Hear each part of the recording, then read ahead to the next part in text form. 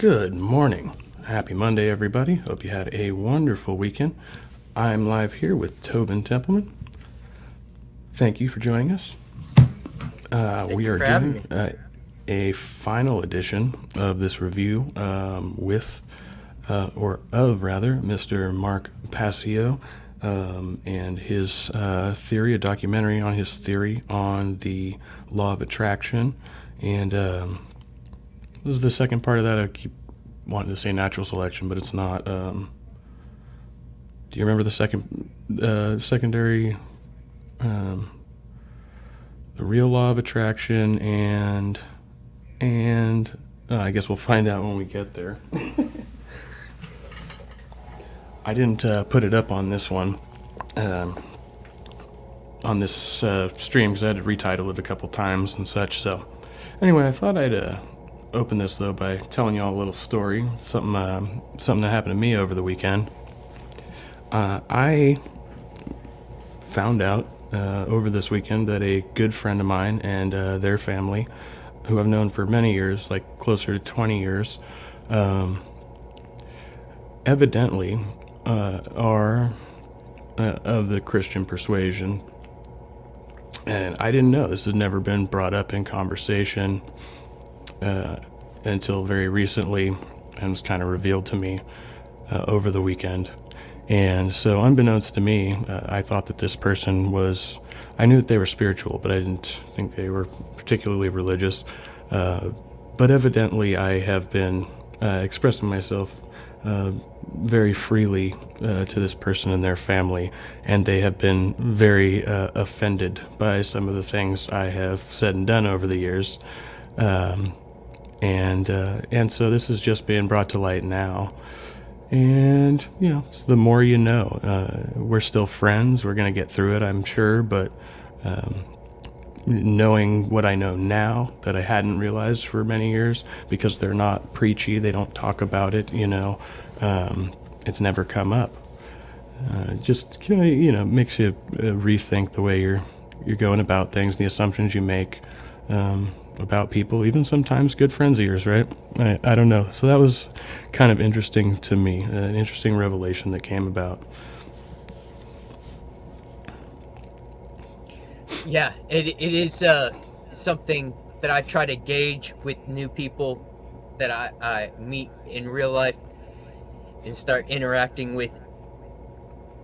Um, but yeah, sometimes you can offend some people. The last time I think I may have done that, I was talking about the Protestant religion, and I was mentioning something about talking in tongues. I was trying to make a joke or something, and the person turned and looked at me and was like, "My aunt is a Protestant," and da da da. And I was like, "Oh, right on, okay."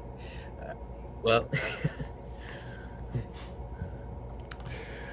Yeah, and that was kind of essentially what I found out, but it was through another friend of ours. They didn't tell me directly, but when I brought it up, our other friend said, "Well, yeah, they do identify as Protestants. They're just not, they're not super preachy about it. They're not open about it. They're not the type of Christians that are out there, going to church on Sunday and telling you need to pray and all of this stuff. They're just like to each their own. They believe in church-state separation, that type of thing." And it's just a matter of the fact that, whenever I've been in attendance there, I've just voiced freely that I think, the Bible's a bunch of horse shit and, all that good stuff, just in conversation. But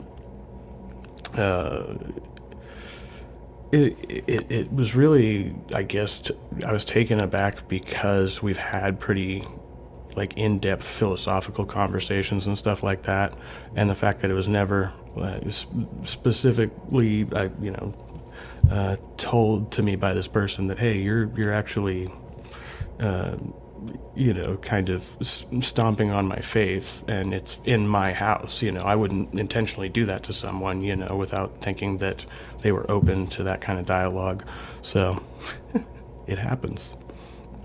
yeah, but And that's an idea that is I've heard more than once, through my life, is that we don't talk about religion and politics, and that is, I think that idea is what is keeping those bad ideas going. It's helping perpetuate it. So I don't know if it's necessarily wrong though. I mean, do you think you may have crossed the line in a way? Yeah, I've been pretty. I mean, I guess the word would be brash, especially when I was younger, and expressing myself. Yeah, I could be pretty disrespectful. Some might say, to the point of, kind of flaunting it, as far as non-belief, or basically just calling out certain points. But again, that's, it's really only offensive if you have that, like, deeply held belief, I guess, or some people just hold the belief that you should not criticize faith, period, and that would apply, I guess, universally to any faith, not just theirs, ideally, but, You there's know, hypocrisy everywhere. it makes me think of the quote from Christopher Hitchens. Uh, he said something along the lines of, "If I've hurt your feelings," or I want to say this right. If I've, mm, dang it, I don't think I'm gonna recall it right. You If I see, hurt your I know feelings, it. it has something to deal with saying something against someone's beliefs. Damn it.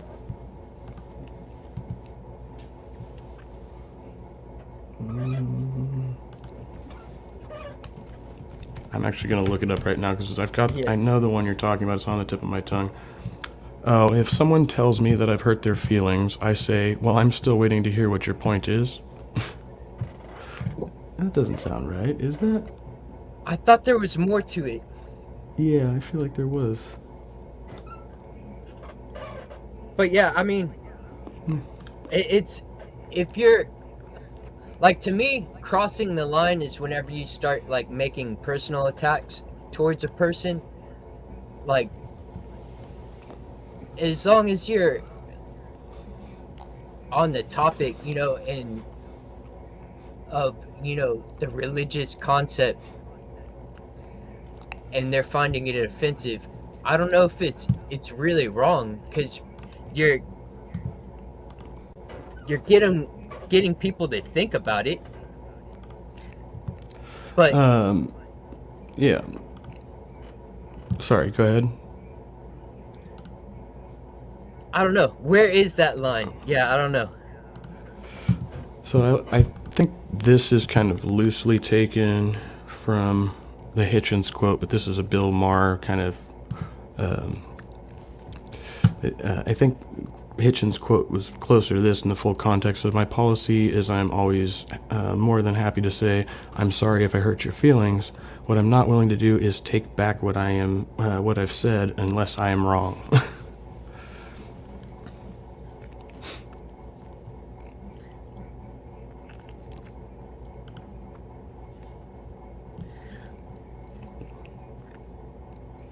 I don't know. But yeah, it wasn't intended to be hurtful. But again, I also, because of some of the other conversations we'd had, presumed that we were, we were already on the same page in that regard, and I was wrong. So it's just a learning lesson, I suppose. So we're like going on 10 minutes. I didn't want to get long-winded, but I thought it was a fun story to bring to the show here to get started, get rolling. I see Jenna, BFA, in the side chat. I see Cryptomaria. Jenna. Thank you for coming by. Lovely to see everyone. And we're going to try and pull up this video here, and maybe we'll finish this review. We'll see how far we get, right? And for the purposes of hopefully not having any interruptions here, I'll go off cam.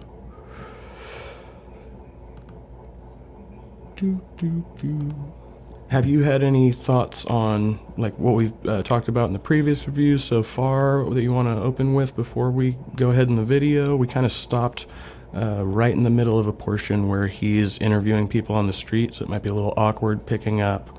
I guess I could try to back it up to the beginning of the segment to get context. What do you think, Tobin?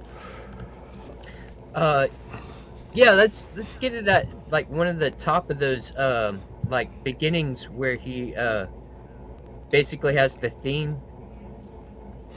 Okay. There we go. All right, and try going from here. About 32 minutes. Are drug laws morally legitimate and necessary, or do people have the right to put in their body what they choose? And we're all seeing the screen. Beautiful.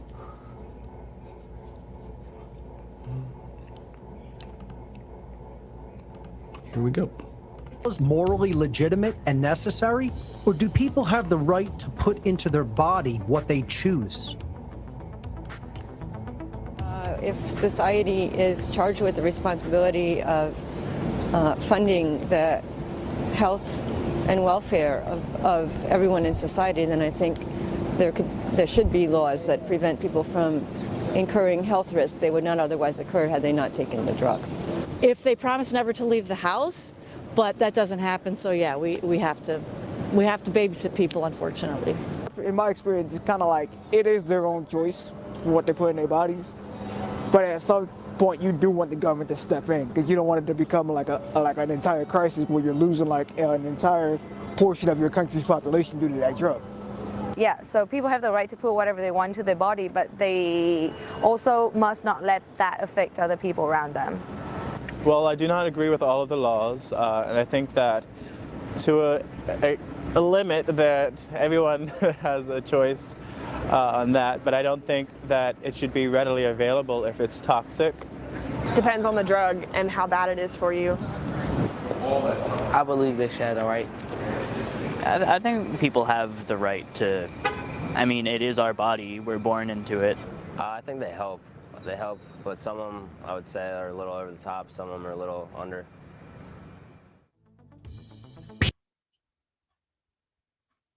So I guess before we allow that to continue, maybe we'll try to answer that question ourselves. What's your opinion on drug use and regulations, Tobin? Let people take the drugs that they want. I mean, in the end, they will have to suffer whatever the consequences are, you know, regarding food all the way to what we drink and things like that. I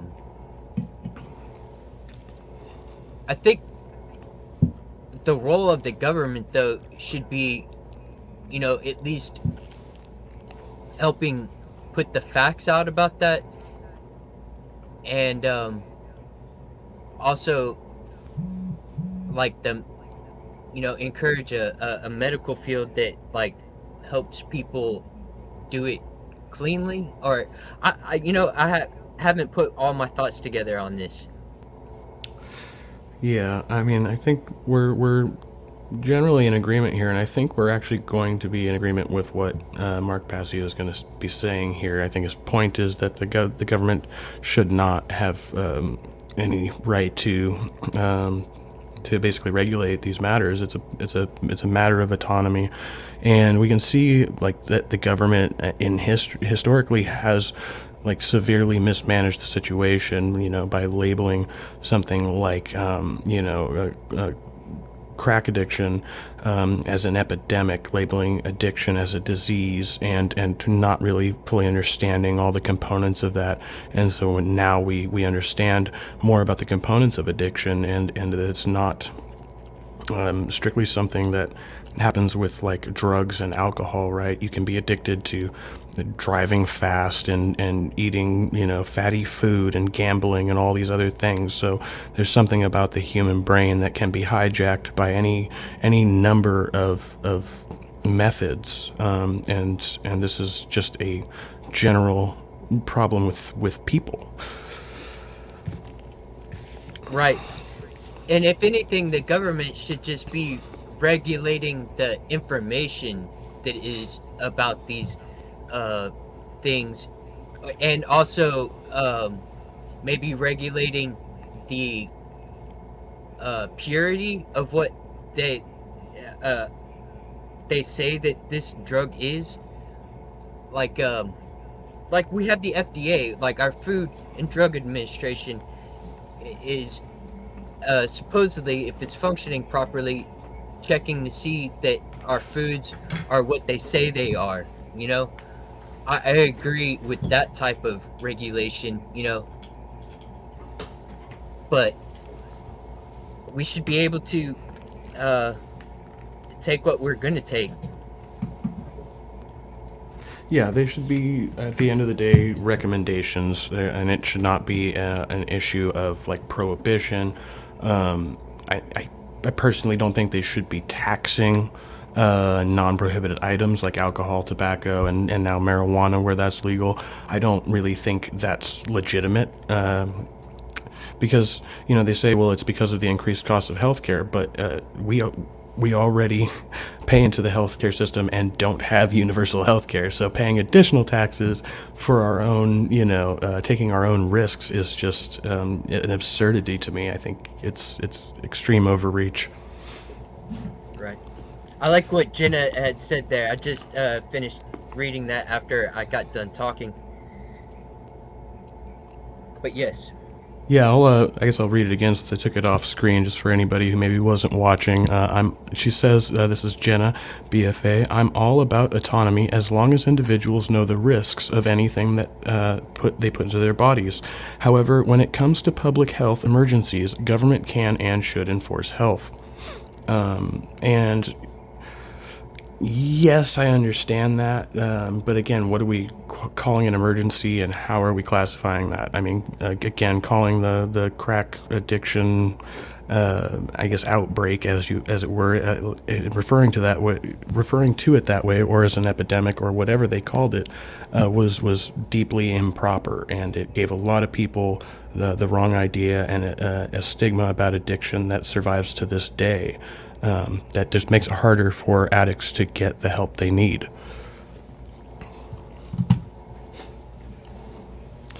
All right. We've gone on about that a bit. Let's see what Mark Passio's point actually is with this now. People own their body and have a right to choose what they put into it.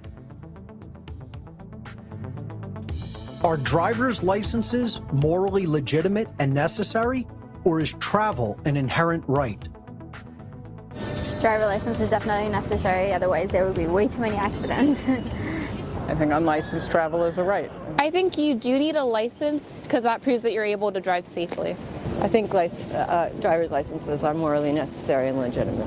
I would want someone who's going to be driving a car to know how to drive a car. So yes, I would say that driver's licenses are pretty necessary. You need a license. Have you seen people driving in Philly? Have you seen people driving? They're texting, they're not paying attention. We got to babysit people, unfortunately. Driving licenses are necessary because I feel like you shouldn't be able to drive after a certain age. I think there could be even more rules with driver's licenses, actually. I think they're too lax. That's another interesting question. I know a few people without licenses who drive, but I don't think it's 100% ethical, or I think there are some drawbacks to that, mainly the application process. Licensed drivers is morally legitimate.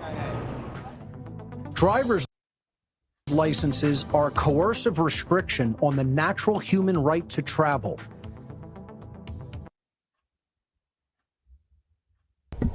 Tobin, I want to ask, I could do a whole episode on my controversial opinions about the way we handle automobiles and driver's licenses and such, but do you have any opinions on that before we move forward? Yes, he says coercion right there, and that's like as if they're like, coercion means like whenever you are making it to where you're basically making somebody do it. And I don't see it that way. There needs to be regulation in that, because the public safety is being held accountable with that. We know who's on the roads. We tried to know who is all on the roads and regulate that, because there are people who should not be driving for a various amount of reasons. Yeah, I think we definitely agree there. So I would say I agree to a certain extent. I think the driver license itself should be more restricted, more case specific, I guess you'd say. I think there should be different tiers of level licensing for different vehicles, and I also think that certain vehicles should be restricted in their access to the public, whether they be gross polluters or just really large vehicles that don't belong in traffic in congested roadways for people's to get their jollies driving. I'll just say it, a big frickin' truck, right? That takes up every inch of a lane of road, and you're not using it for any legitimate purpose. You just think it's cool to drive a big truck, and then to top that off, half of them don't know how to handle them, and they cause more accidents. So it's but I also have this other side of me that thinks that it should be less restrictive to obtain and own a vehicle, the process of registration, things like that, and so I think there's definitely more efficient ways we could do it, but driver's license specifically, I think, should be more restricted in some ways, and but on that note, I do not think anyone has a right, whether constitutional or otherwise, to own or operate a motor vehicle. It is certainly a privilege and a responsibility. Yeah, I mean, it should be something that you definitely get tested to see if you can handle, the responsibility. For sure. All right. Let's oops. Back to the video here. If a government law prohibits an action that doesn't cause harm to anyone else, are people morally obligated to obey that law? Yes. It brings peace to the society. I think they should still obey it because it's a law. It depends on what the purpose of the law was. It might have a purpose other than harm. It might be for a greater good, or it might be, so that's a definite maybe. No, I don't believe so. No, I don't think so. That would be the law, but I don't think that everyone. I think there are occasions or exceptions to that idea. So no. I think legally they're obligated, but on a personal level, I don't think they are. No, I don't feel like it. You should, because it's like they make it so that you have to, or else you'll be punished for it. But I don't feel like you should have to. I feel like if it's not hurting anyone, why is it a big issue? Why are we focused on it? Man-made laws that are in moral opposition to natural law are morally illegitimate and therefore not morally binding. Holy shit, what? The only legitimate human interactions are those which are voluntary, meaning they are mutually agreed upon by all of the involved participants. Man-made laws, including those which decree and enact behaviors such as prohibition, taxation, and licensure, are not voluntary in any way. They are commands of compliance, which are always backed by the threat of violence or actual violent behavior. Man-made laws are arbitrary decrees of a ruling class calling themselves government, who are believed to possess a magical right to rule. Their subjects, The people living under their so-called jurisdiction are believed to have a moral obligation to obey this ruling class's arbitrary commands called laws. Understanding that such a system is entirely based in behavior that is coercive, violent, and immoral, and conducted to bring human behavior into compliance with the will of a dominating ruling class, we can arrive at the unwavering truth that the term government is simply a euphemism for slavery. Oh, that's pretty far-reaching. We're stopping there, yeah. Oh, there's so much there. It's easy to, at the face of it, really kind of, I can get at some of what he's saying. I can find some truth in there, but then, yeah, this is just a crazy and I guess, reductio ad absurdum kind of argument. Like, yeah, what were you going to say, Tobin? Go for it. You have any... Yeah, the laws are put in place because we all agree to those for the most part. And those laws are there to help mitigate the harm to people. If you don't enforce it, you have nothing to make it to where, people will continue to respect those laws. Yeah, and when he laid out all these laws are just arbitrary commands. Well, that's not the case. I mean, we established governments long ago because people felt they needed a system of leadership, a system of order. So people, however these things came to evolve over time, like we got here and we established our government, and then when they laid down all the most basic laws, it's just really, really simple, basic stuff, but that facilitates interactions between humans and minimizes the negative interactions, right?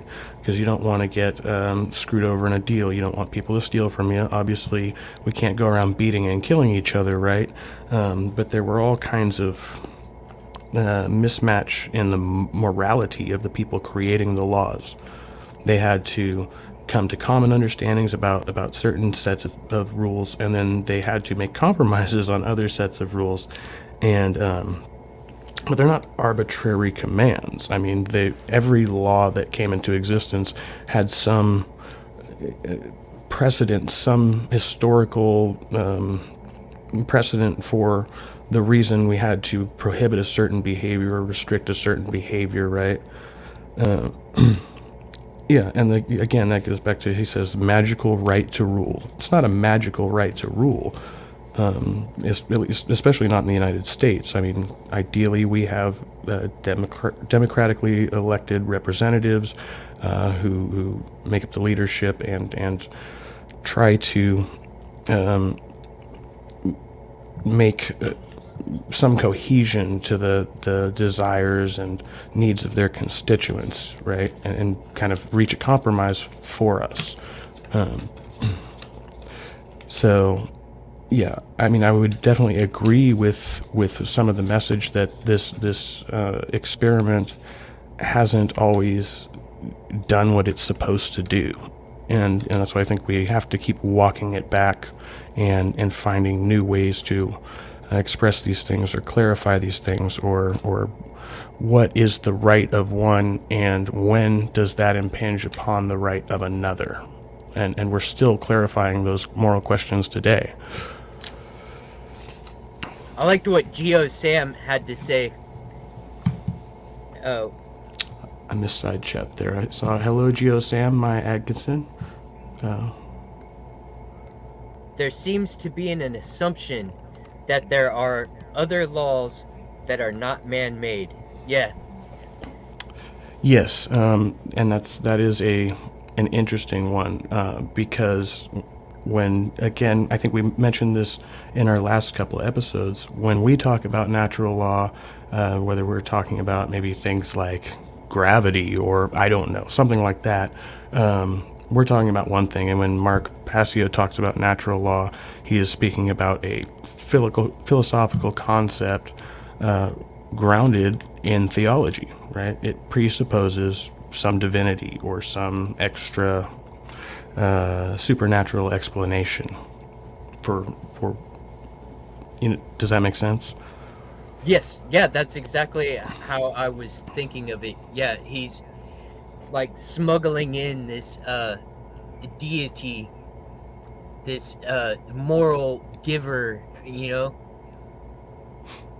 but yeah, I don't see evidence of that. Yeah, and as far as this statement, before we go on, I'll just say, as much as, if you want to say government is slavery, maybe this, I would say I would be more worried about being enslaved by capitalism, because if capitalism is pulling the strings of government, then your government is no longer a democratically elected body that is representative of their people. They're actually representative of their corporations, and that's more in line with the problems we do have as a society. Yes. Yep. All right, let's go back to the video.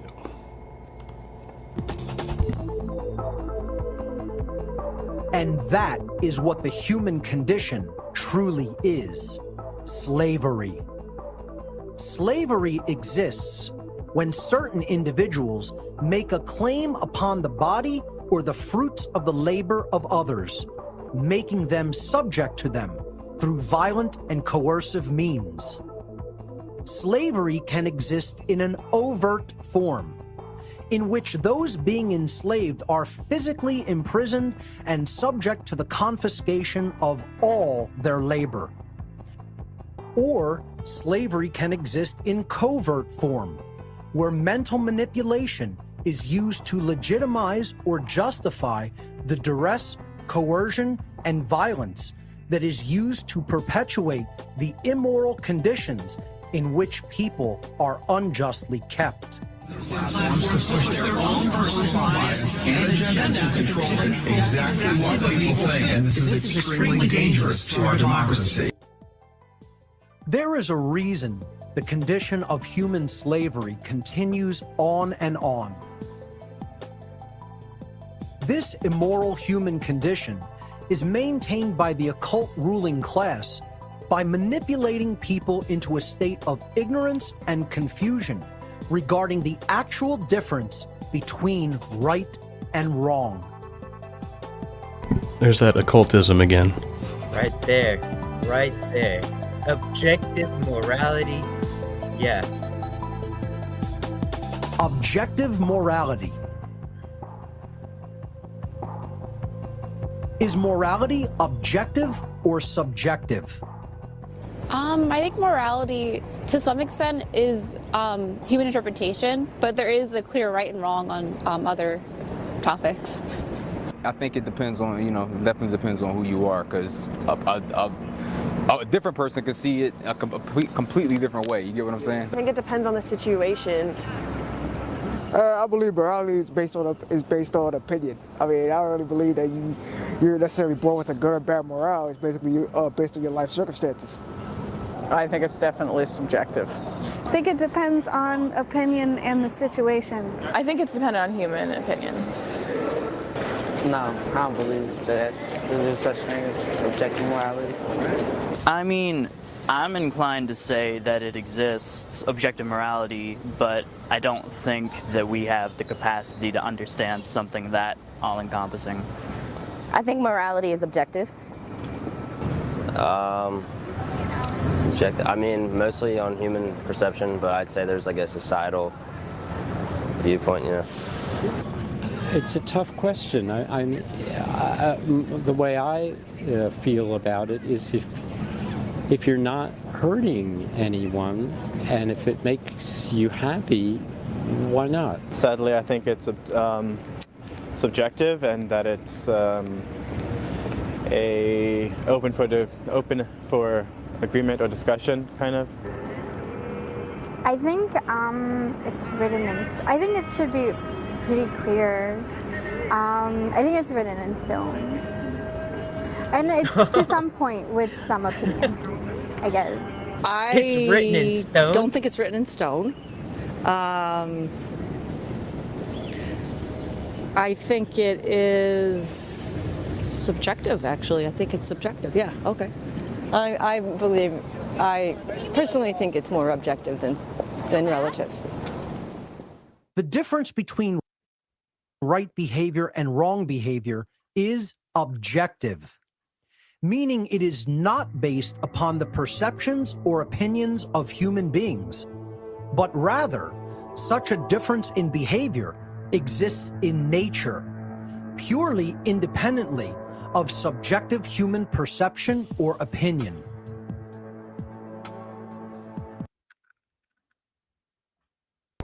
Yeah, I'm not, you wanna go in on that one first, Tobin? All right. Morality doesn't become objective until we all agree upon, what is right and wrong. Then we can objectively look at these situations, collect data, and find out what is morally good. When we agree subjectively what the goal is with morality, then yes, we can make objective. Yes, I think I'm gonna end up saying the same thing twice. Yeah, okay, so I have to go with, I loved Sam Harris's take on this when he was talking about the morality discussion, and he was broached on naturalistic philosophy and how that applies to certain people's morality, right? And people say, well, we just need to be more in tune with nature. Mark Passio just kind of said it there as well. He said that these laws exist in nature independently of human behavior. Well, I think nature would disagree with you, and as Sam Harris had put it, according to the laws of nature, there is nothing morally objectionable about you being mauled and eaten by a bear. That is just fine by the laws of nature, right? And any human should not want that, right? Like, that's not good for you. So our sense of morality is specific to us, just as the bear's sense of morality is unique to it and everything else, right? And there's a spectrum there. And humans happen to have the capacity for insight and then foresight and then recording history and reflecting to see that, hey, this is how we've harmed each other in the past. Then this in terms of how we've harmed ourselves.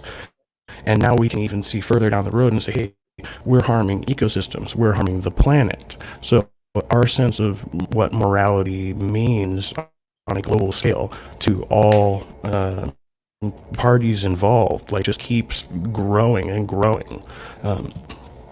So I think it's like a false dichotomy to say objective or subjective. I think it exists more on a spectrum that we continue to gain more and more knowledge and insight about as we go. Yeah, I think he's like going in this anarchist kind of direction where it's just like, let things be a free-for-all. We don't need licenses, and we're just gonna do what we're gonna do.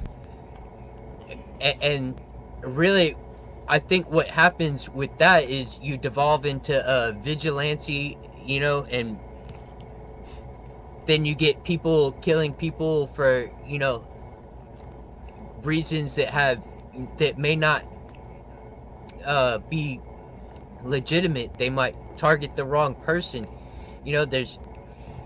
That's why we have a process with our justice system. That's why I agree to go along with the system, is because I see a value in it. To where we can hold people accountable. So for myself, I think, I used to identify as an anarchist. I've been a little bit more kind of reflecting and reassessing my position. I still think I lean towards a kind of libertarian, like essentially libertarian ideas, but it would be very easy to confuse or conflate some of the things that I do believe with the things that Mark Passio is saying. And I think the core difference is, even if we're trying to reach a similar objective, there are very specific, fundamental components to that objective that, if altered even slightly, could be catastrophic in the sense of like societal breakdown or something like that. But at the same time, I also believe firmly that it would be near impossible to intentionally collapse a society as such. And in other words, what I mean to say is, and I've brought this up before, if you were to today just pass whatever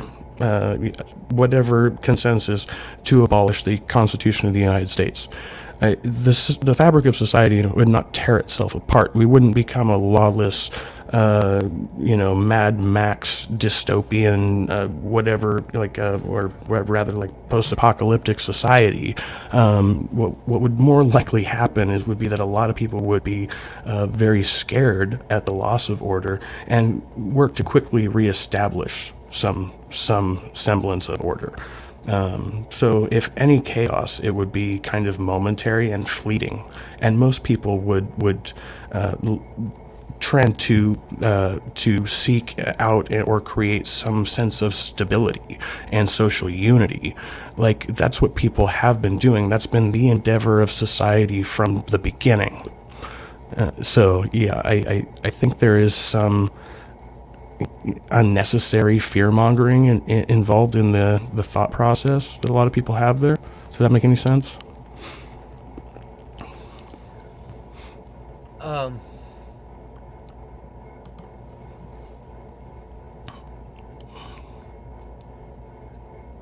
What is GeoSam saying? I think a law is subjective when the end result is dependent upon the opinion of the given subject. So what I think he's saying there is that it's subjective to the person who ends up being subjected to the rule, and whether or not it's restrictive upon their behavior, right? But again, that restriction should directly correlate with the harm it may do to themselves or another.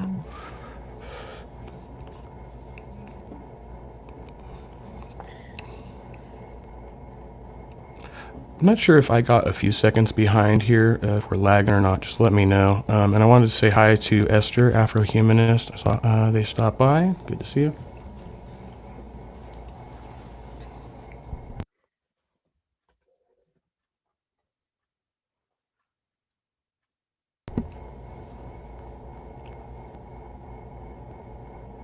Did I lag out, Tobin? Are you still there? Yes, I'm still here. Oh, okay. No, we're good then. All right.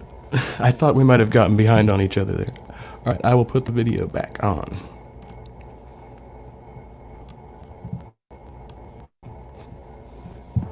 Morality does not change based upon feelings, religion, belief, location, time, or the preferences and whims of man's law. These things have no bearing upon true morality.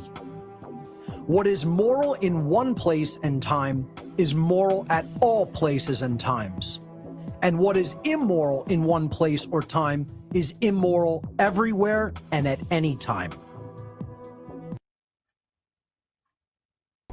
I would challenge that strongly. Yeah, I think he just I think we pretty much addressed everything he just said, though. Did you have anything you wanted to add there?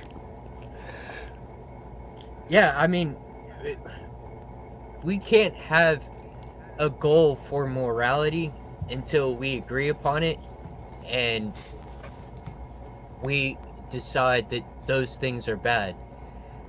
If the goal is for us to be able to have a civilization that is equal and fair for everybody to be able to participate and be able to live a happy life, then, you know, we're not going to make any progress until people value those principles and that nature, you know, just living feral, you know, just like wild humans, you know, that's a thing of the past, you know. If we're to go back to that, I mean, it's just a hypothetical, but I think I lost my train of thought. I think that's what just happened. No, I think I generally get what you're saying there. Well put. So I think you're just saying that, you know, our the way we used to live as an evolving species is kind of a nomadic, tribal creatures, right? We've evolved into what we are, and to go back would be, by definition, devolving, right? So yeah. Yeah. Well said. Go back here.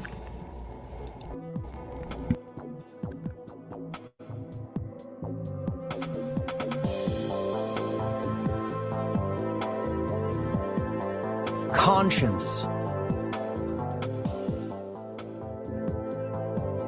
The knowledge of this objective difference between right and wrong behavior is called conscience. Conscience is the knowledge of whether any particular behavior in question does or does not initiate harm to another, and therefore whether it is right or wrong. The problem is that most people do not possess this knowledge, or they are extremely confused regarding it. To behave with right action is moral, and to behave with wrong action is immoral. Yet this fundamental understanding is often grossly misunderstood. People do not get to decide what morality is. Morality is based upon whether an action initiates harm or not. This dynamic exists inherently in the natural world. Where do human rights come from? Yeah. Do you want to go first, Tobin? Well-being. You know, well-being is a concept that I really like and understand. And I want the well-being for everybody. And living creatures. You know, I can apply that to all living creatures. That is something that I understand, I have knowledge of, and I want for myself too. I want to have well-being. So, but this is something I learned. I did not come across this just by merely living my life. Like, I became interested in the subject and wanted to be able to have this understanding. It's knowledge. Yeah, not to belabor the point too much, but, you know, what he said again, and he's not demonstrating this, providing any evidence of his claim. He just keeps saying that some common sense of morality exists in nature. There's no evidence for that at all, and so I guess now he's going to ask people, where do human rights come from? We'll see whether he gives us what explanation he gives us, I suppose, after this questioning portion. But the other thing he said there at the beginning, in his definition of consciousness, or conscience, of the conscience, whatever the participle is of that, or whatever it is. So the conscience, by his definition, assumes a common sense of morality between all people, which clearly isn't the case. And it's more, I think what we call the conscience is just a representation of the internal dialogue that we have with ourselves when determining what our sense of morality of our own behavior, right? But that can be wrong. That could be misled. It can be manipulated, as in religion. One might feel a guilty conscience for having thoughts about homosexuality, but it could be because they have been indoctrinated into a religion that condemns that behavior. It's not because there's anything objectively immoral about it. So that's just kind of right. The idea is put in your head that, you know, being that type of person, you know, is bad, and they put that idea in your head, and then you start questioning it. And thankfully, there is a growing movement that is helping, you know, like relieve that that bad idea, that bad concept, that bad information. Absolutely. All right, we'll go back to the video.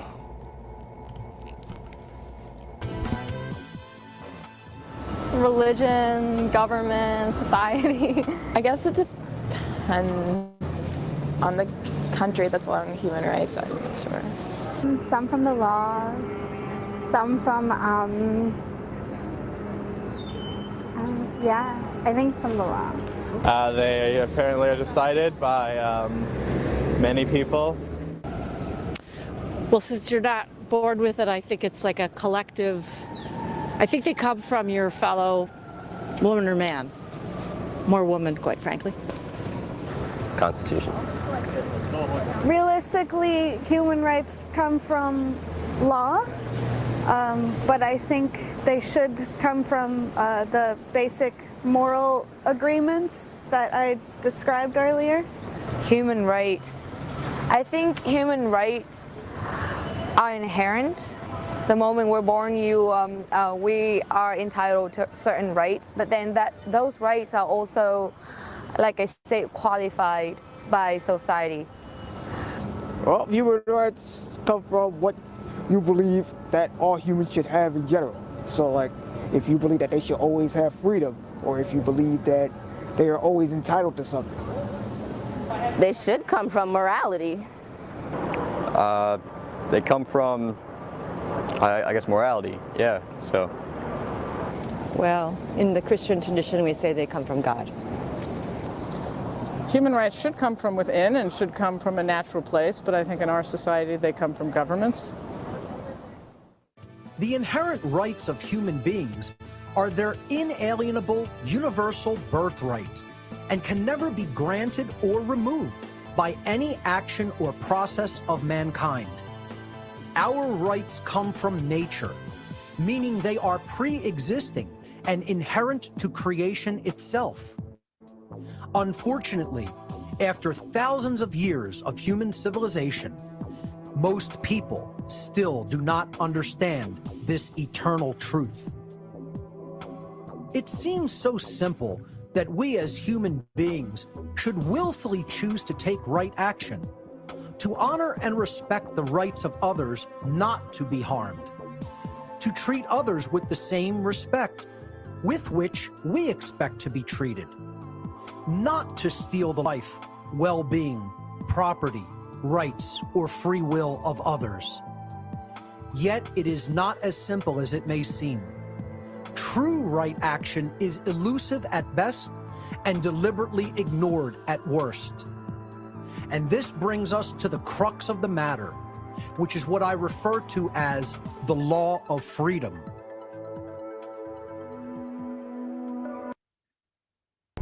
So yeah, I'm not gonna let him continue there without bringing up the list of claims he just made without any, and this is getting more and more apparent as we go in now. He said that these laws and this morality exists in nature. It is pre-existing, it is inherent to creation, and it is an eternal truth, with zero evidence, explanation, or like any type of backing argument. He's just stating these things as facts. Yeah, we have a lot of good comments in the comment section. Sorry, It's all good. I have the video up on one half of the screen, so I'm not seeing it all the time. Right on. Which one did you want to read? Geo Sam, it's an empty assertion to make claims that morality come for a source outside ourselves. And Maya Atkinson Yeah, saying, it's the total bullshit. The death penalty causes harm, yet our government does not see it as immoral. They just change the method when people complain too much. Very true.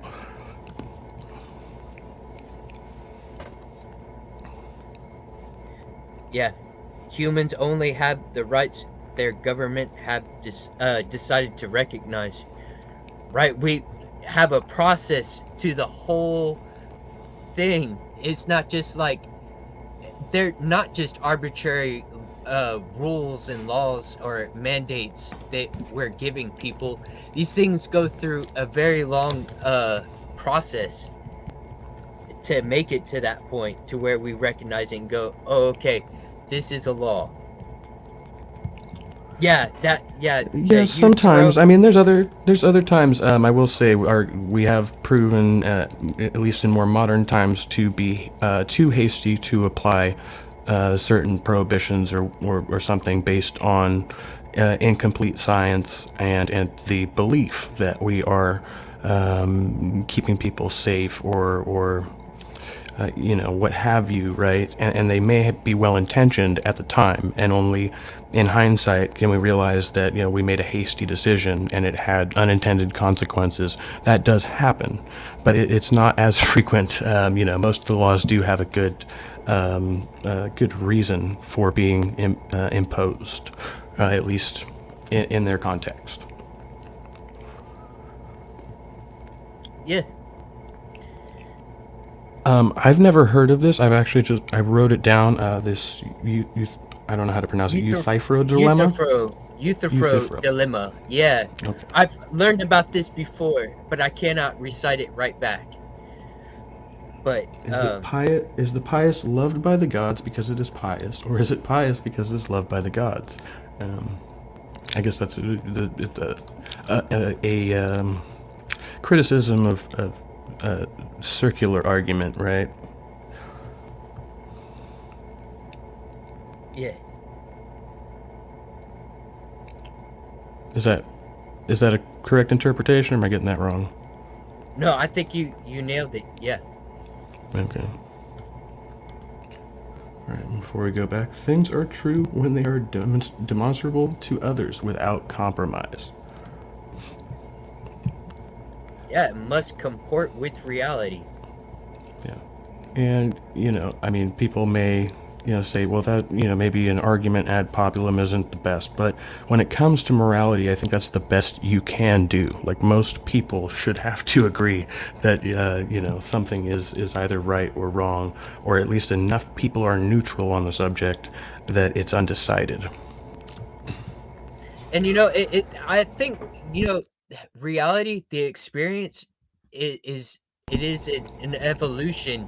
Like, I think it definitely seems more likely that it's not these just natural things that are forcing themselves upon us and we're seeing right and wrong. These are things that have evolved. Like, we have thought about it. It's this long process, like, as we've gone through history, and that's why we have the civilization we do now. It has been something that we have worked on and been polishing and trying to make better, so it's more equal and fair for everybody. Yeah, and I definitely think we can call ourselves a progressive society, as much as it sometimes hurts, and we still do a lot of really stupid, backwards things as human beings. We can still safely say we are much better off than we were 100 years ago or 1,000 years ago. I mean,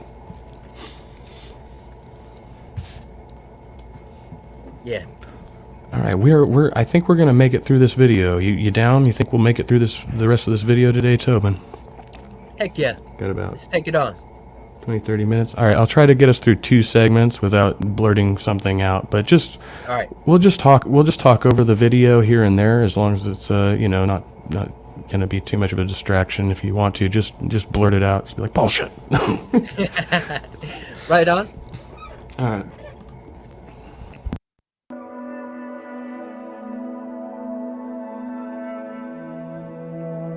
The law of freedom. The law of freedom governs the states of freedom or slavery of entire populations of beings who possess the capacity to comprehend the objective difference between moral behavior and immoral behavior. The natural law of freedom dictates that as a society collectively becomes more moral, they collectively become more free.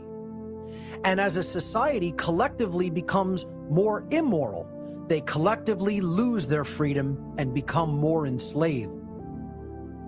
The freedom or slavery of an entire society is hinged upon whether that society behaves in the aggregate morally or immorally. I can't remember where I've heard that, but I've heard this argument before. Still do not truly know the objective difference between right and wrong behavior.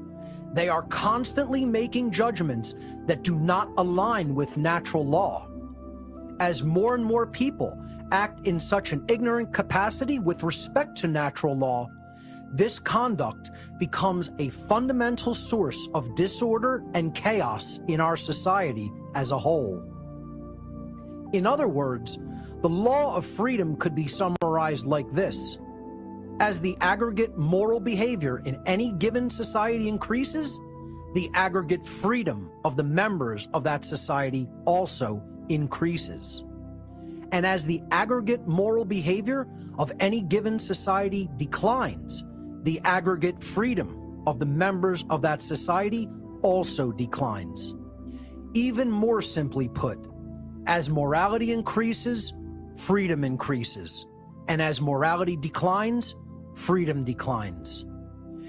Therefore, morality is human increasing freedom because is of our entirely knowledge dependent of us passing upon educated knowledge judgments about what that morality align is. with natural law-based morality. The objective knowledge of the difference between right behavior and wrong behavior. Believe it or not, you have just been given the secret of secrets of all secret Oh boy, societies they're opening the vault. throughout human history. Here we go. This is the juicy stuff.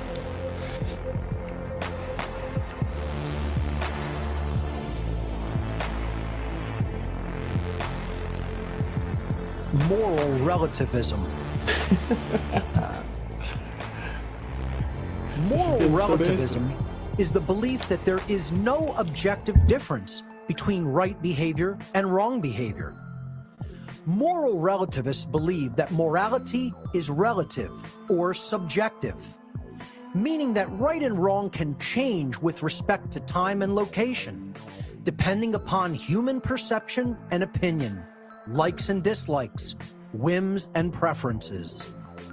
Moral relativism is the belief that human beings may arbitrarily decide for themselves what right and wrong are, and that they may become the arbiters of moral and immoral behavior based upon their likes and dislikes at any given time or place. It is absolutely That's essential such a straw for man. humanity to recognize that morality is objective, and that it is most certainly not based upon human perception or opinion.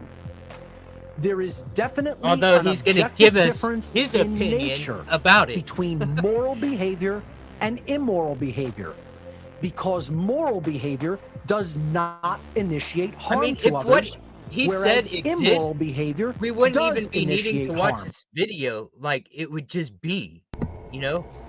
And we would just know, oh, this is moral or immoral. It's, you know, it's not something that we need to think about because we already know that. Duh. Yeah, it's hard to make it through this without, there's just so much now. He's just piling assertion upon assertion. A couple I I took down here was this law of freedom, and I think you kind of mentioned it there, how he correlated morality with freedom. And as you said, no, better morality comes with knowledge, and knowledge is you could say that's kind of a circular thing, because knowledge becomes more widely available as a matter of people's subjective morality and our beliefs about the sharing and unifying of our knowledge grows, right? Like it used to be that, yeah, there was much more of a secrecy to the practice of education, an elitism, and we've worked tirelessly to just break down those walls so that more and more information is available to everyone, and that really has to do with the fact that more intelligent people have become better morally equipped at certain times in history, in places in history, to I guess what's the word I would look for, to pursue granting access to basic education to more people when that was not a popular idea, right? They had to push for that, like public schools in the U.S. for children of color, when they could not attend schools with white children. There were educated white people actively advocating for that, and that's something that we often overlook with all the horrible, immoral people that did exist in society, or at least misguided and ignorant. There were outstanding figures who were against the grain and ahead of the curve simultaneously, and pushed tirelessly against the opposition to help to free these institutions and make them available. And that's human effort. There's nothing natural about that. That's the ingenuity of particular people. I'm sorry if I just went on a tirade about that, but that's good. It's been a lot of effort.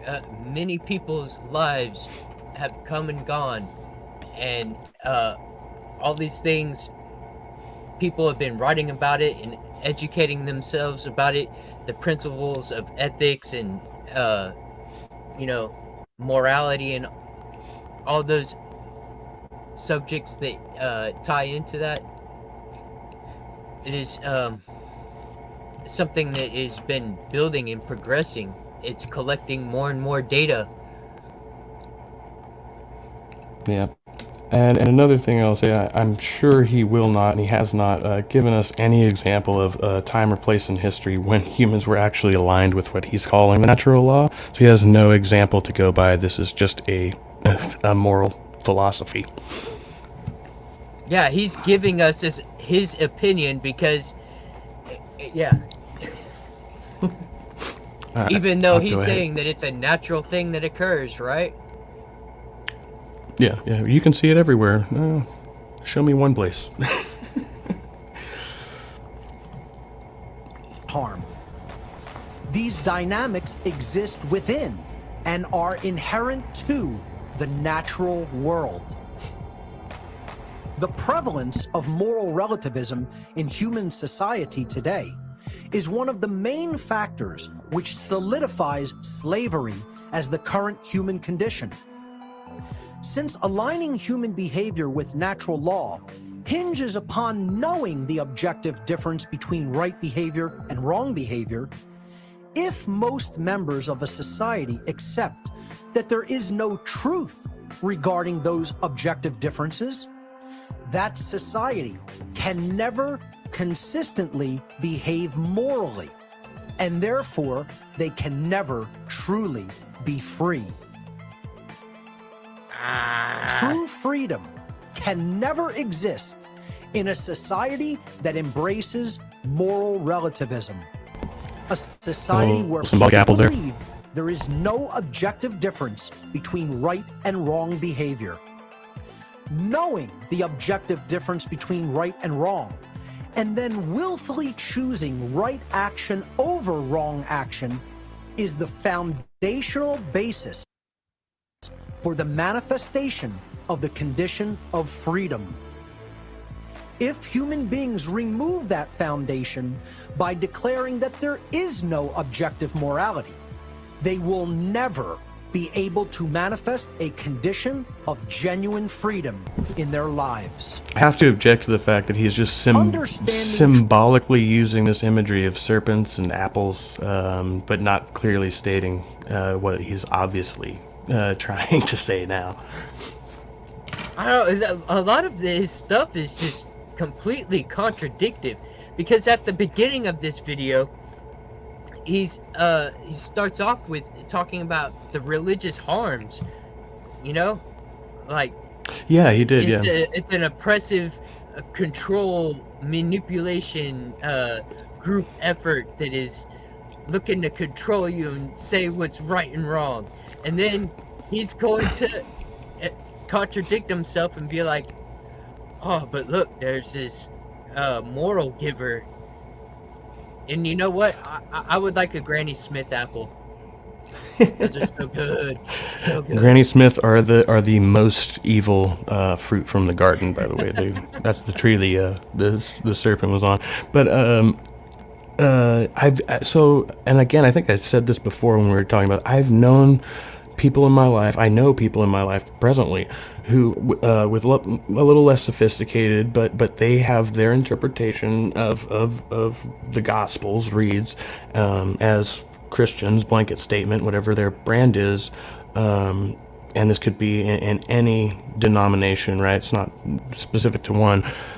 They believe that the teachings of Christ said to act morally in a certain way, and to keep that to hold the temple in your home, or in other words, they see, as well as we that do that, these mega churches, these for-profit churches, these ultra-rich pastors, they see those people as an abomination of their religion, and they don't subscribe to that. So in a way, we're in agreement about certain things, right? They say, well, I'm not going to preach at you, I worship at home, I'm not going to give money to these churches, and I believe that is evil, but I still believe the words of the Bible. I still believe in the revelation, etc. So you end up, you'll find them contradicting themselves and being completely unable to admit that. But again, most people don't have as in-depth an understanding as Mark Passio does, and his articulation is much clearer. But again, he's not explicitly invoking the Bible. He's trying to use any other philosophical argument he can muster without explicitly invoking his Bible. I think that's dishonest. Yeah. Hey, I don't think he's researched enough about some of these subjects that he's presented throughout this documentary. He completely misrepresents a whole bunch of ideas.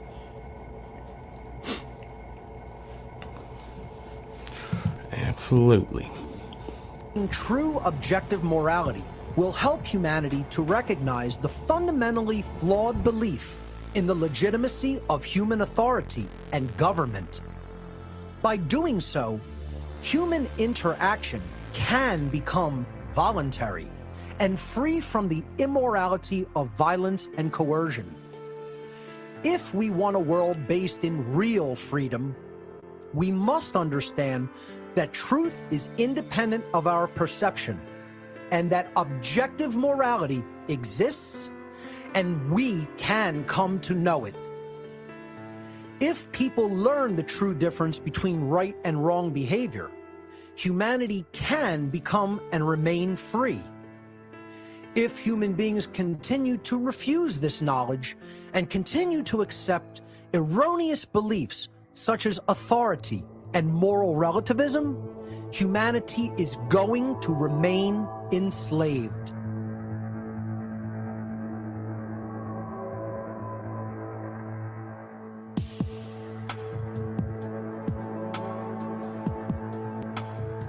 free will? One of my favorite arguments, too. Do human beings have free will? We think we do, but I don't believe so. Human beings, for the most part, have free will. To some extent. We're not always free to do everything, which I think it should be. I think it should be left like that. I don't believe so, no. Yes, in my opinion, I believe that humans have free will. I mean, I don't believe that you're living your life under somebody's control. Free will. I think we do have free will. We do have free will, but that free will is also suppressed by social norms. No, actually, no. I don't think human beings have free will. Yes. Well, we think we do, but in truth, I don't think we do. Yes. Yes. Yes. Yes and no. Yes, or they should. In some cases. Yes. All human beings have the free will to choose between moral behavior and immoral behavior. We have a choice as a people. We can use our free will to change our behavior and bring it into alignment with natural law. I wonder if we can find out what university he's doing that survey We at. can choose to behave immorally by condoning and perpetuating a system based in violence, coercion, and moral relativism. Will we continue down the path of slavery, watching our inherent rights stripped from us little by little? Or will we embrace the moral principles of natural law and create a society where each individual's life, rights, and freedom are respected and protected because we recognize our inherent sovereignty and the sovereignty of all other sentient beings? The law of freedom will manifest our reality in either direction based upon our collective moral choices.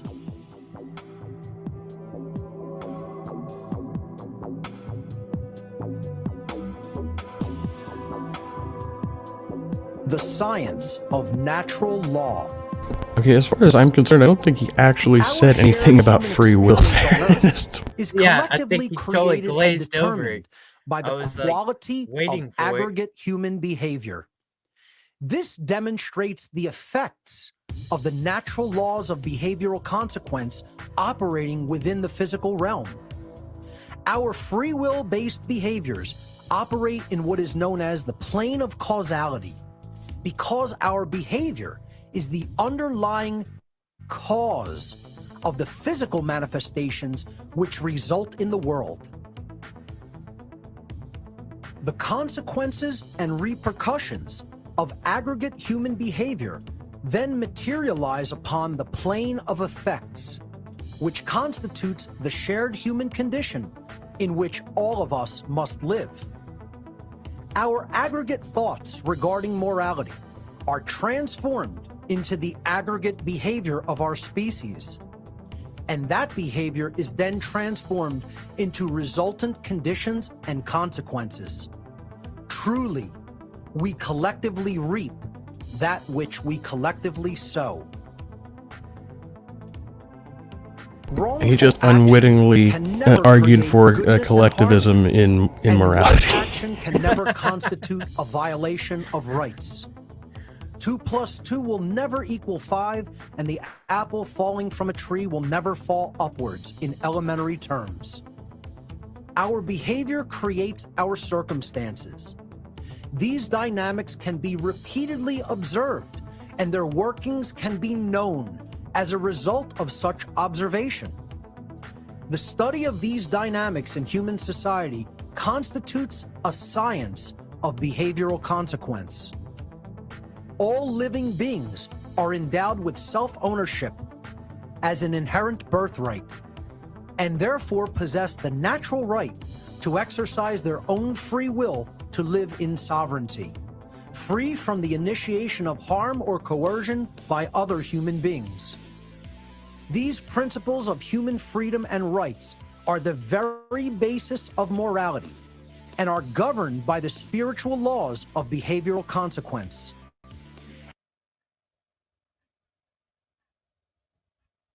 All right, we let him talk on a bit. I will just say, for the sake of addressing the comments there, Gio, I'll be the argumentative one there. I actually disagree with Sam Harris on free will.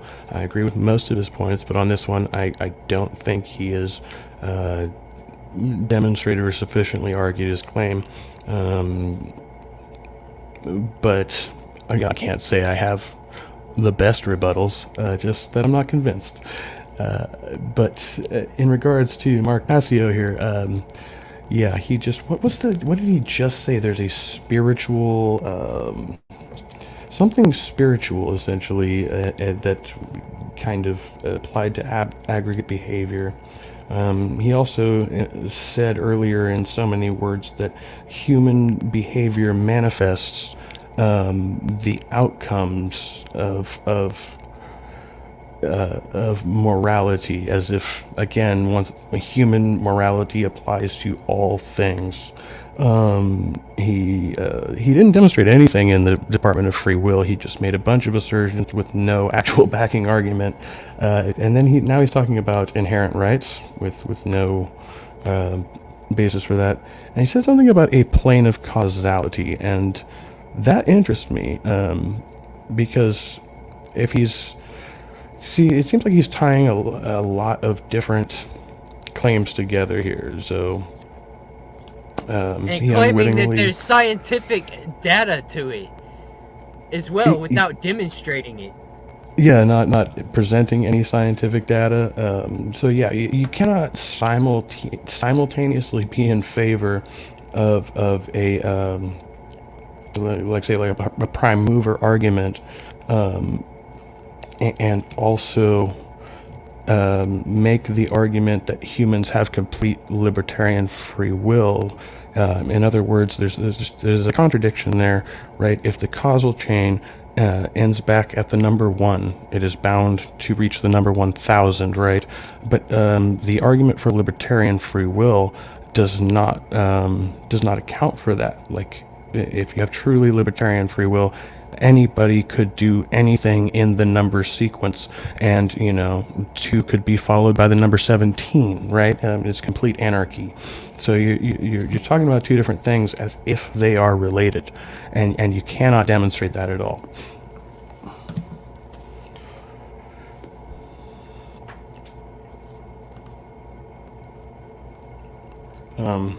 But yeah, much ado, I will beat the dead horse. He keeps implying spirituality, implying God, without saying that. He's calling it nature, and he has no natural evidence or even deeper philosophical arguments for his claim, at least not in this documentary. So it's an interesting dive. I'm just totally blown away that he has as much of a following as he does. That's the thing that has bothered me the most about coming across this person, is that there's so many people who are actually tuning into this. And I got brought this to my attention by somebody that's a friend from the past that I just got reacquainted with, and I'm like, no, this is horrible information. Yeah, I feel like if somebody is dedicating their time to being skeptical and critical thinking, this would be a good test. Like, say, take an hour out of your day, just go watch this video, and tell me if you can spot the incongruency here, because the incongruencies, because that's going to be a tell in where their head is at as far as rationally assessing their own predispositions and what is actually being presented to them. Because, like I said earlier, on its face, a lot of this stuff I could be like, yeah, he has a point. He has a point about that. But when you really go back and assess the argument, you're like, wait, no, he's maybe getting to a similar thought space that I am in, but by means of a totally different road. And the part that is problematic about that is that your implementation or how you would like to change society is going to differ greatly. And so, like you said, if this guy genuinely believes that we should just be absolutely autonomous, there could be no system of regulation or control over any human being, period, it's ridiculous. That's what we came from, and it was horrible. People were getting taken advantage of, and I mean that's still happening today, but at least there is something that is holding people accountable to it, and we're trying our best to rectify those wrongs. You know, it's just mind-blowing. It looks like we got about 10 minutes or so left here. We'll try to get through it, and then we'll close up shop here. Yeah. All right, here we go. Any and all violations of these principles are wrongdoings, chaotic actions working in direct opposition to the generative, self-ordering dynamics of natural law as designed by creation itself. Though some may attempt to do so, these laws ultimately cannot be worked around, changed, skirted, or bent to suit human whims or desires. To choose to observe the natural rights and sovereignty of other beings is in alignment with spiritual law, and such choice will create the conditions for freedom to manifest upon earth. To choose to conduct wrongdoings in direct violation of these laws will manifest only chaos and suffering. Human behavior is collectively manifested into our physical reality based upon humanity's free will choice whether to act in harmony with natural law, thus creating the conditions of freedom, or to act in opposition to natural law, thus creating the condition of human slavery. These are the universal, moral, spiritual laws of the universe that govern all of humankind. This is the science of natural law.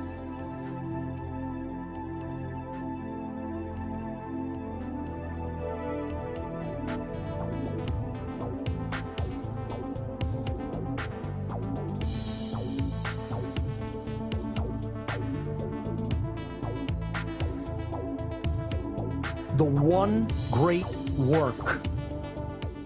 There can be only one. Dedication to delivering the message of natural law in every conceivable form for the past 13 years has gone virtually unnoticed by humanity as a whole. And society continues Really, because its I was just rapid pointing out descent how into immorality, somewhat popular, chaos, and slavery. Far too few understand or take heed of my That sounded warnings, so pompous when and you said even that. fewer speak out to teach others. I am seeking peers and allies in the war for our very freedom that is before us.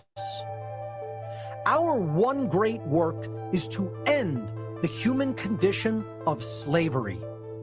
This so he arduous wants to task collaborate with begins other the people self and to extends to our friends and make family, a better world, our communities, and our world. Speaking out is an extreme act of defiance because those who are currently in power seek to keep their power by exploiting the ignorance of mankind. There is so much human ignorance in the world today regarding the issue of morality that the situation can seem hopeless. Becoming aware of the level of ignorance that exists, we must also come to see that the only solution to the human condition of slavery is to spread the understanding of natural law and make it common sense knowledge for everyone. The dark occultists who are currently controlling humanity seek to continue to hide this understanding and to prevent it from becoming everyday common sense knowledge on a worldwide scale. That's ridiculous. Ultimately, This documentary is a freaking call to ridiculous. action for all those who have gained an understanding of natural law and its principles. A lot more teachers are needed to carry this message of freedom to the masses of humanity. There are not yet enough voices doing this. You yourself need to get involved in the effort of spreading the knowledge of natural law. So your The solution prescription. lies in not just knowing it, but in what you do to spread this knowledge once you have come to understand it. Right, the way you understand it, Start a right? podcast, publish That's a right, blog, Mark. make a video, publish a newsletter, make music and art, contribute resources. Do anything and everything you can to make natural almost law like you common want to sense set up a knowledge to government people to all over the teach world. this knowledge cannot- of natural law. No, he wants to destroy the government. He just wants YouTubers to give us all our information. And I cannot. We haven't said this in this video. We talked about it in the last one, but we have to stress. I mean, you have to stress the point. This guy is making a bunch of really sophisticated arguments. Sounds pretty educated, right? But he said himself he does not have a degree, right? There are PhDs discussing these topics, but Mark Passio, as an independent researcher, thinks he is more qualified, and he feels I guess perturbed that more people haven't caught on to his interpretations, his message, and began to spread them. And so this is his call to arms, like, read my book, watch my YouTube videos, and then go repeat what I've said to others. Like, I'm important. There's a lot of self-aggrandizement snuck in there too.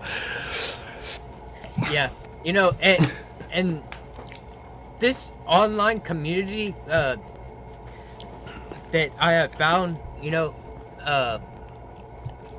I really appreciate it, and I enjoy interacting with all of y'all. And there is so much of this that I did get to learn through listening to people's interviews and, you know, stuff like that. And I really appreciate the efforts that everyone makes. I mean, I think everybody in our side chat is a creator of content, and I look forward to getting to interact with y'all. Like, then we are talking about the knowledge. We are, you know, relaying information and having these discussions. So I think Mark Passio just may be out of the loop. You know, maybe he needs to get shown, hey, guess what? There's a whole bunch of people talking about this. Yeah, you know, come be a part of it, you know? Yeah, and so I didn't mean that, and it may have sounded a little bit extra. So to clarify, like, I'm not trying to belittle or discourage people from doing their podcast, doing what I'm doing here. And one thing I appreciate the most about the community of skeptics and atheists is they'll be the first to come out and tell you, hey, my knowledge is in this area. You know, maybe I'm just a high school graduate, or maybe I do have a college degree. You know, I'm not a doctor, but I'm just sharing my knowledge with you. And there's very few people that I've come across who will say, you know what, you should believe at face value 100% of everything I say and right now, and go spread this word. Without providing a credential, right? Because if you're a doctor and you're like, yeah, I'm a doctor, I know doctor stuff, spread this information because it's true, I'm still probably going to look into it a bit, but once I find a source credible and they have their papers, as it were, I'm going to be like, yeah, like 99.9% of the time, I'm probably just going to take that person at their word. And feel comfortable repeating that information. And then, you know, also there's the same crowd that will say, hey, you know what, I messed up the last time I was talking, I misspoke about this, or I was wrong about this, here, let me correct it, and then you move on. But people in this vein, and not to attack Mark Passio here, we're reviewing his video, it's good content, but he's very, very convinced of his own argument, and I wonder how much legitimate criticism he has fielded and in order to actually better explain these things. And obviously he has much deeper university lectures or whatever it is he does, where he's trying to talk about the sciences. Whims and desires, fallacy, poison the will. Yeah, I lost side chat there, but thank you, Richard, for coming by. Kind of still going through those.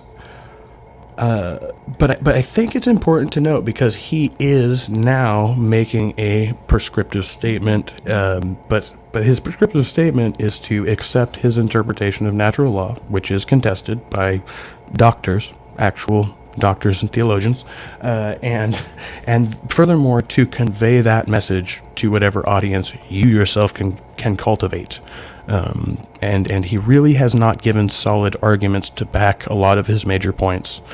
He's just kind of made a lot of assertions here, and Yeah, it lends. Go ahead. Yeah, he's just been stacking assertion on top of an assertion. I made a little list here, just off the cuff. There's a list of things so his arguments, they lend to confirmation bias. In this particular documentary, they have used quite a lot of provocative and emotionally compelling imagery in order to belabor their points. There is a very, very open sense of fear-mongering. What's the absolute worst thing that can happen if Mark's right, and if this shadow government does indeed take absolute power over the human endeavor?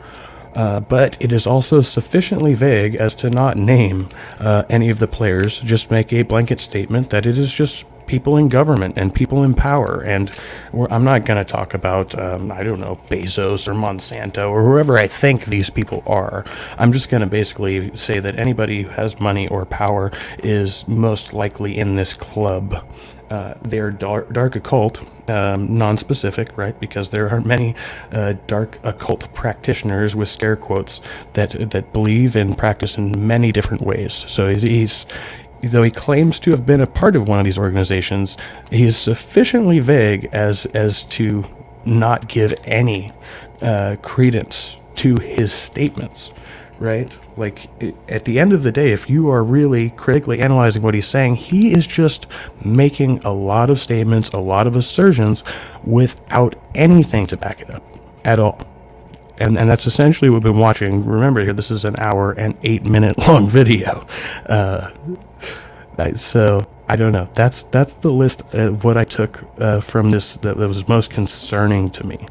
And one more thing, just that he's got this explanation of something he's calling that is universal, moral, spiritual, and is particular to humans. And that's the interesting thing, because it's both universal but also particular to humans, if you caught that part.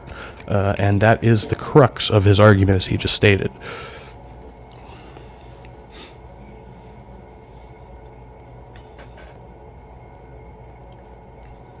Yeah.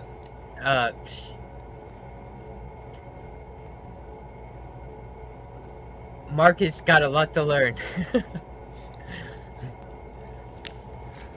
Hey, we all do, but that's one of the reasons we're here. Yeah. All right, we're gonna finish this little ditty and head for wrap up. So just talk over it. I'm gonna let the video finish. Just we'll say what we need to say and make closings and stuff.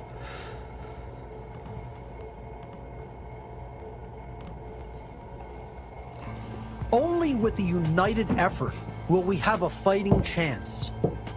We need more boots on the ground in this spiritual war for human freedom. Once you have expanded your worldview to encompass an understanding of the science of natural law, it becomes your personal responsibility to help others to learn these inherent governing dynamics of creation. Our very freedom itself depends on it. That's probably why I couldn't remember it. It's not a science. This has been an introduction to the philosophy and science of natural law.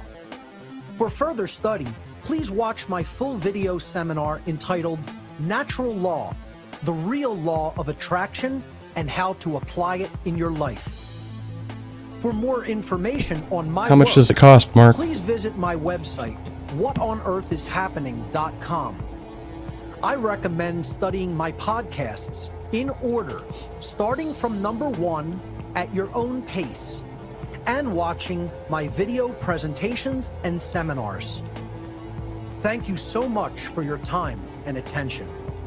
Although You're welcome. he didn't take the time to educate himself, he's got no credentials backing him whatsoever. There are no credentials I could find on this dude at all. But yet he does have a tie to a like one of those private universities. It's not like an accredited school. Right, yeah, some religious university or something. Yeah. I feel like, and it may seem like I actually watched the end of that video. I did not, but that just made me laugh so hard. He just affirmed everything I just said about him. Like the whole point of this is for him to be like, yeah, go watch more of my YouTube videos. He's just, yeah.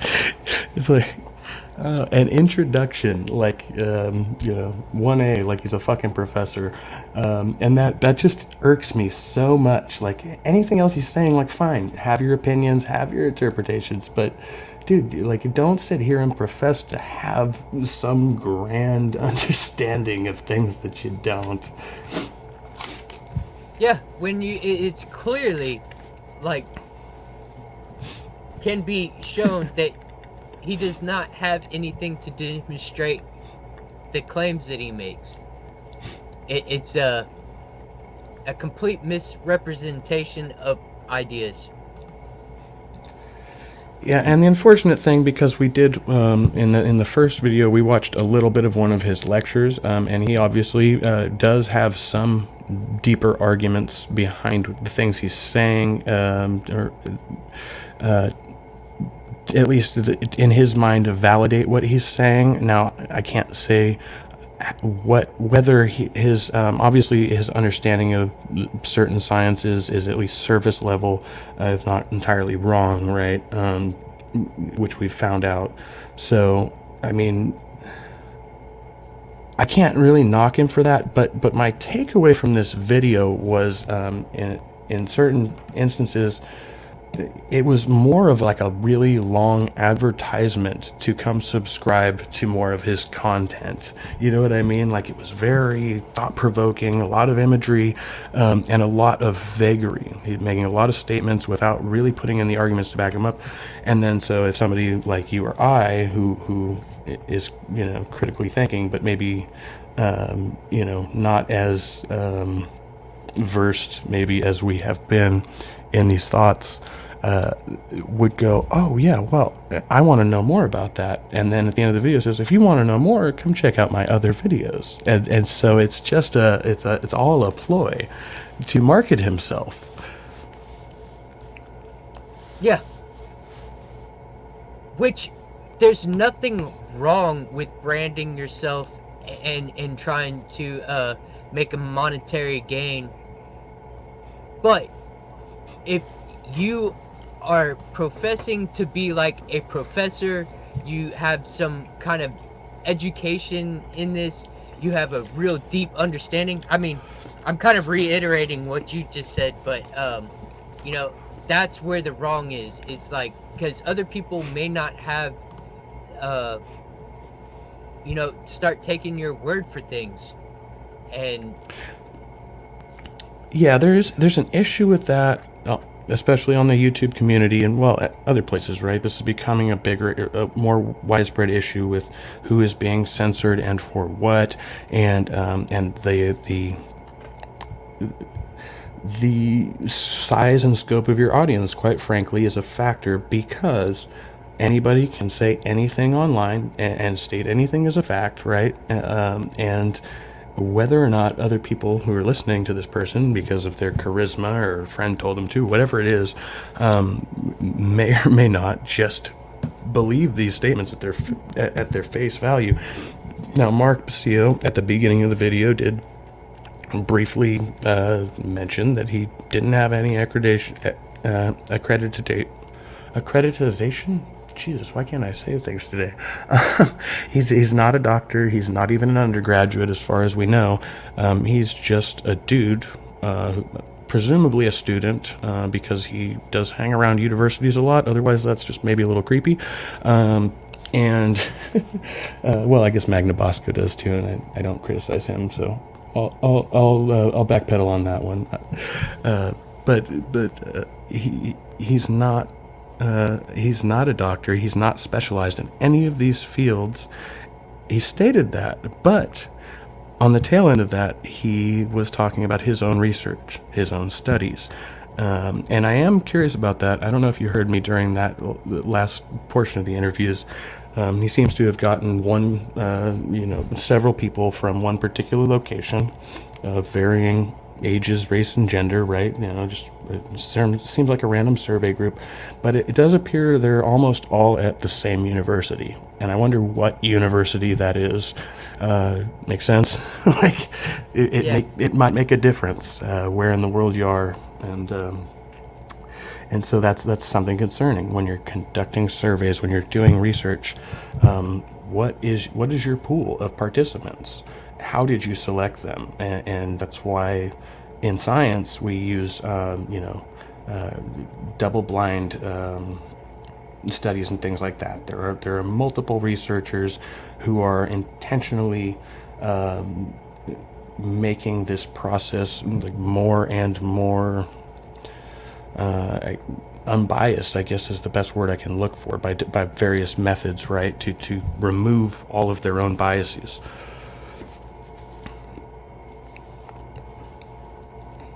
Right, and to collect data to the most objective, standard that we can possibly do.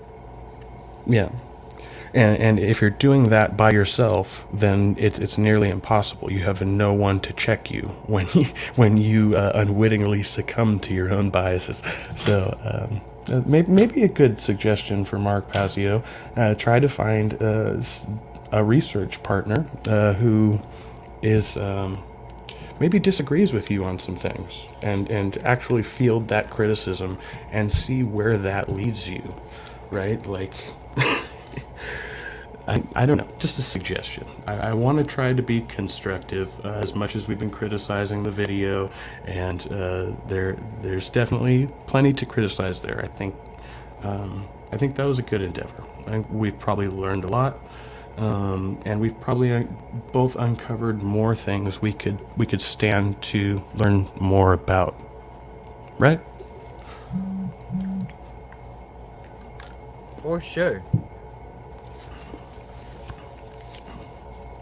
Beautiful. Heck yeah.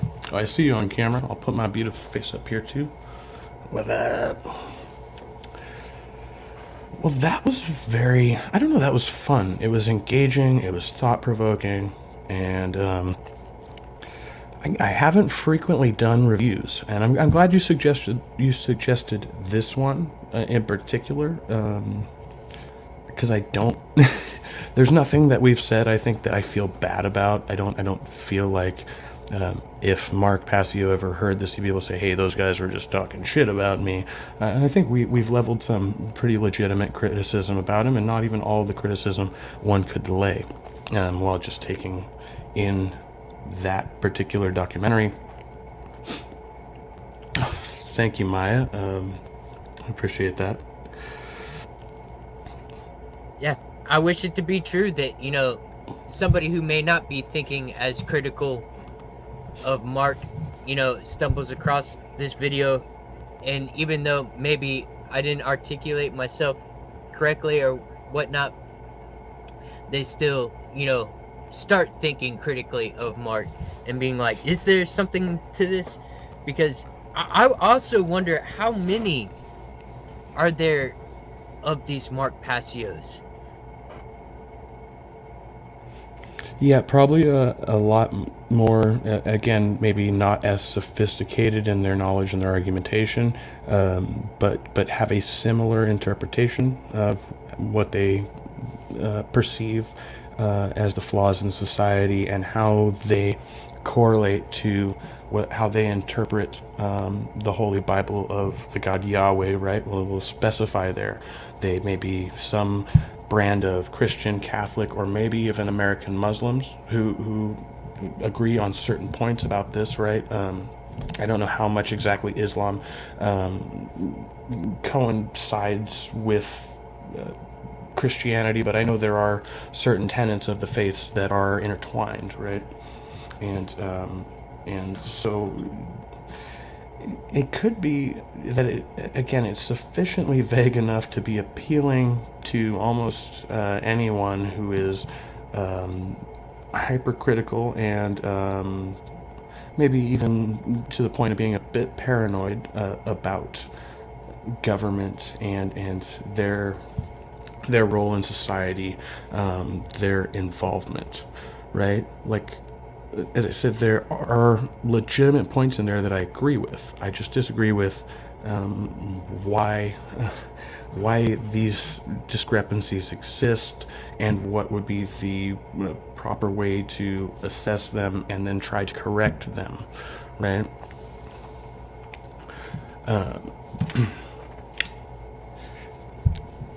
But I think it's common to those who believe in a creator. And as long as there are those who believe in a creator, they're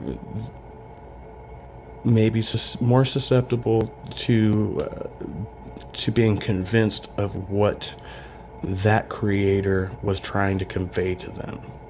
And that's how you get like more extremists, I think, in those religious groups, man. Like, because all you have to do is convince them that Yahweh said X, and keep pushing that point over and over until they agree with you or get the hell out of your way.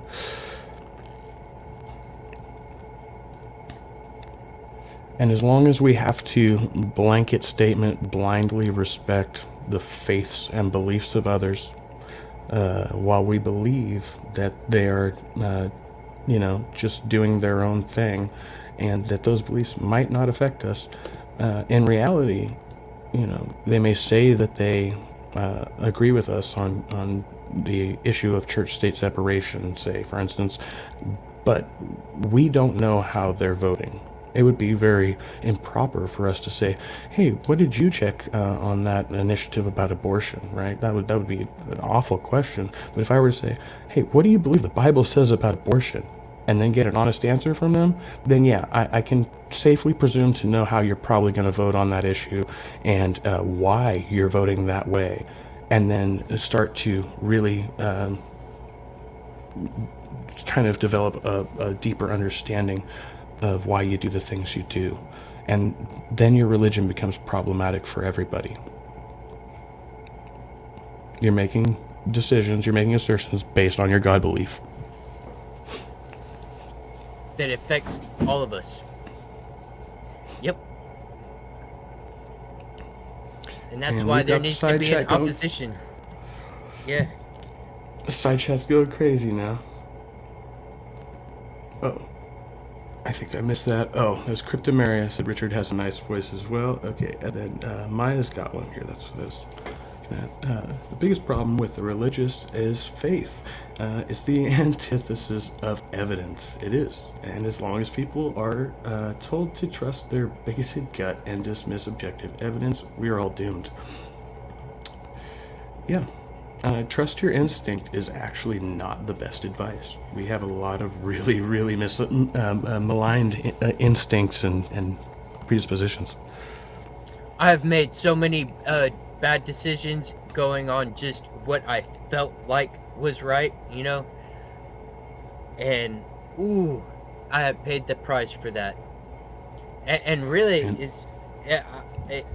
reason and all these other things that we talk about have really helped make have enhanced my life. What's Geo Sam saying? It says a lack of critical thinking skills or perhaps compartmentalization can lead to personal incredulity, which also informs actions. Yes. And at the end of the day, that's the thing. All beliefs are going to, on some level or another, inform actions. I can't think really of any beliefs that are not simply personal preferences. So there's a distinction. This is your personal belief, and this is your preference on a certain thing, right? But if you truly believe, then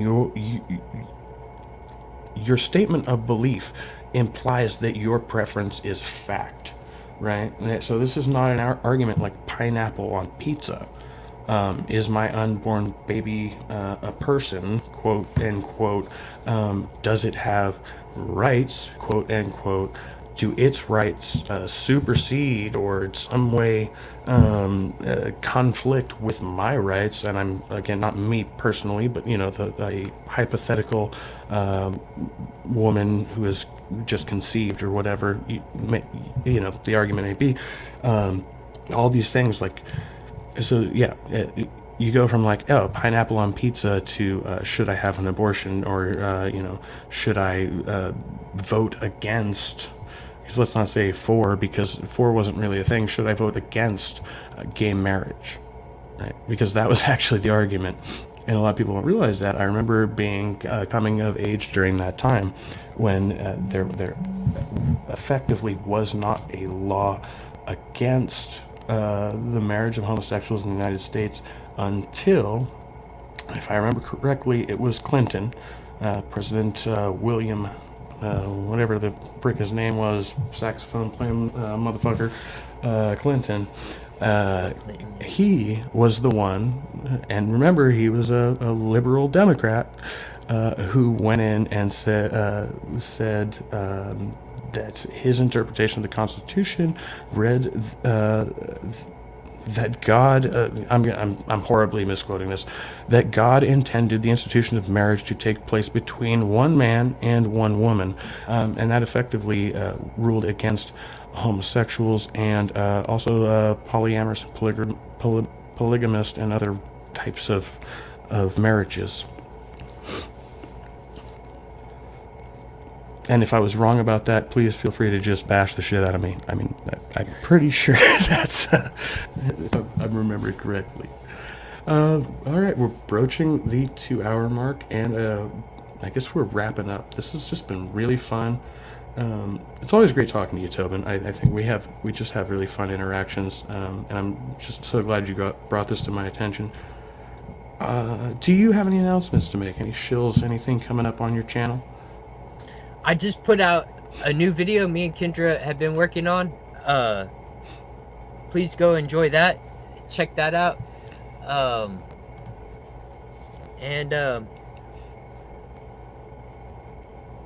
what else? And the feeling's mutual. I enjoy hanging out. I'm glad I get invited to do these types of things. Oh yeah, man, I'm looking forward to it. Always enjoy your new music. I think I missed the last one, but I'll be probably checking that out tonight. Was that your latest one? Shoot, now I'm forgetting. I saw you posted in a group. Yeah, it was Adam. Yeah. Adam. Okay, that's the title. I knew it was something. One word. It's a song celebrating the scientific method. It's my huzzah to science. Beautiful. Absolutely looking forward to checking it out. For anyone who is here, I'll just say thank you. We'll quickly read off side chat. We got Richard Madsen, Geo Sam, Maya Atkinson, Cryptomaria. I saw Jenna Mayu back there. Dang it, and my shit just froze. All right, Afro-Humanist. Did I miss anybody? Oh, Tobin's in the chat too, so we'll give him chat creds as well as co-host creds here. Okay, if I missed anyone else, I apologize. Thank you all for coming by. This has been a review. Maybe we'll do more reviews on this channel. In a similar vein. This is really cool. And till tonight I'm doing another deconversion story. Haven't done a deconversion in a while, and this one's going to be with Atheist Mo. If you don't know, Atheist Mo is he's one of the I would say he's one of the more outspoken and what's the word I'm looking for? Tobin, you know Mo. How would you describe what Mo does? Is it maybe? Yeah, he's definitely outspoken. He likes to review the Bible and bring up the scriptures and things that he sees problems in it. Yeah, and I will say I don't want to be disrespectful. I would say his work is very unfiltered. So fair warning about that. I mean, he uses language as he sees fit. He DGAF, and so we may have some of that. We're going to try and avoid censorship as much as possible. So disclaimer, fair warning, parental discretion advised, and check your There may feelings be at the some door. pot smoking. There may be pot smoking. There may be some language that some people deem offensive, and there will be deconversion. We're going to talk about how Atheist Mo became an atheist and more. And that's happening tonight, 7 p.m. Pacific time. That's 10 p.m. Eastern. And I don't know what time it is, wherever the fuck you are in the world. Figure it out. All right? We have the internet for a reason. We are signing off here at the Trusty 8 podcast. And we'll see you next time. Much love to everyone. Later, y'all.